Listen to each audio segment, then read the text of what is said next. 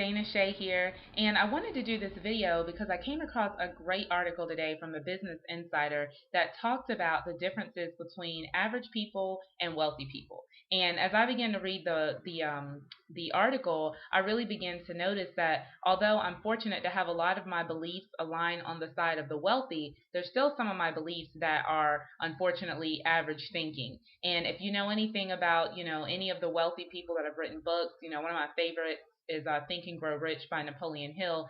And that book basically is all about how you think.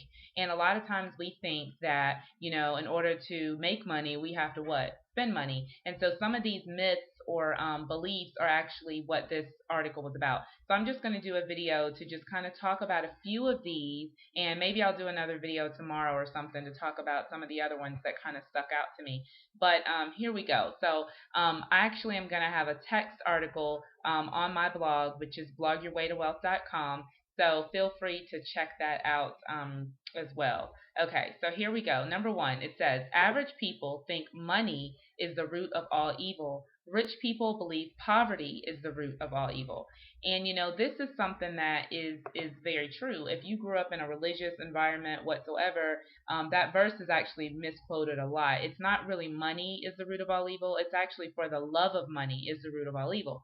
But this article is actually stating that rich people, they do not believe that money or the love of money is evil. They believe that it's poverty that is the root of all evil. And I too believe that. I do believe that more crime, more disadvantages happen in our society because of poverty, not necessarily because of money. Now, obviously, someone can disagree with that and say, well, people steal and rob and kill for money, but it's really the poverty mentality. Because if they had a wealthy mentality, then of course they wouldn't be out there trying to take from somebody else in order to get what they have.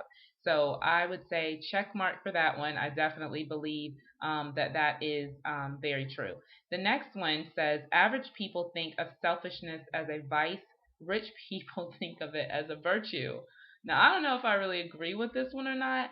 But the point is that you cannot help people if you don't have anything. I think about my mom, who is one of the most generous people that I know. And my mom, what she would give you the coat off of her back. I mean, she would give you anything that she has, and if she doesn't have it, she's gonna find a way to get it for you. And though her intentions are very pure, and I love her for that, unfortunately, it's put her in situations where she has not had anything, and then when she doesn't have anything, she can't find anyone to help her out. So, I do kind of agree with the fact that you do have to have something, or actually, I totally agree that you have to have something first if you are going to help somebody else. Okay, the next one here, I like this one. It says average people have a lottery mentality, rich people have an action mentality.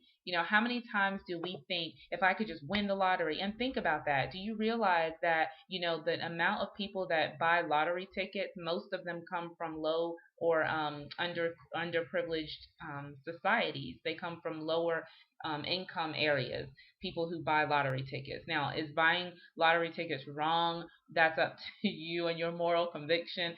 I don't play the lottery personally, just simply because although it would be great to win $55 million, I realize that, I could take that time and all that expectation and hope and put it into myself and actually produce something of value for the world and make money that way. So I do definitely believe in that.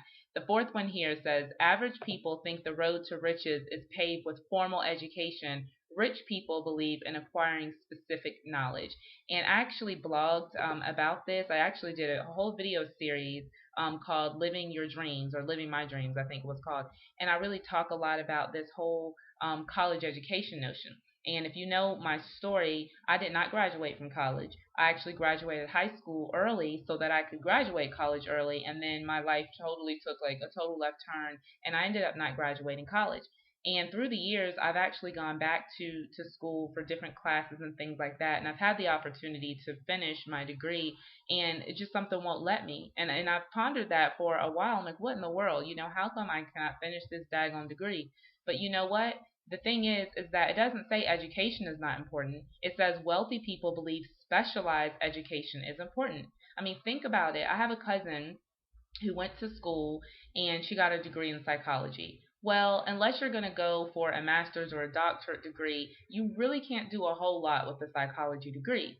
So she's working at a preschool. And, nothing against working at a preschool, but that's not why she went to school to get that degree. There are many people, maybe you are listening to me right now and you're like, yeah, I got a degree in, business and I don't know what to do with this degree. Or maybe you have, just maybe a general studies degree or a degree in psychology or some other degree that you can't really use.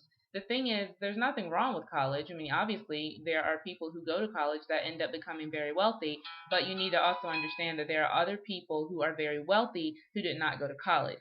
What's the difference? Is that they have education, but it's specialized education. I'm the type of person where if I don't know how to do something, I'm going to learn how to do it. How? I don't have to go to college. I can just educate myself. I can talk to other people who are doing what it is I'm learning or trying to learn how to do. I can read books. Thank God for the internet. You can find anything you need to know on Google. And I educate myself. And so I totally agree that wealthy people do have an education, but it's not always the formal college education. If you've heard of the book Rich Dad Poor Dad, Robert Kiyosaki really spends a lot of time talking about the difference between his rich dad and his poor dad, and how we've been brainwashed, or at least we've been taught, I'll say that, sounds a little bit nicer, that if you go to college, get a good job, then your life will be great. But what happens is people go to college, they get in a whole bunch of debt, they graduate from college, and they can't get a job because they don't have any experience.